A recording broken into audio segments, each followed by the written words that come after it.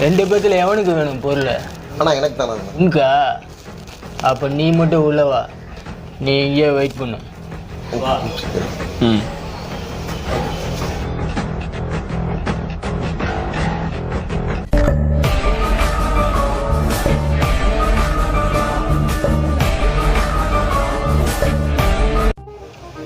எங்கே போனானுங்க ஆளையே காணோம்.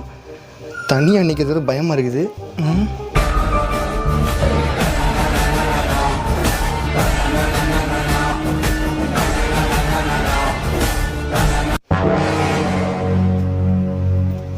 ஐயோ என்ன சத்தியமாக எனக்கு எதுவும் தெரியாதுண்ணே. நானே என் ஃப்ரெண்டு கூட தானே வந்தேன். ஐயோ நீயா?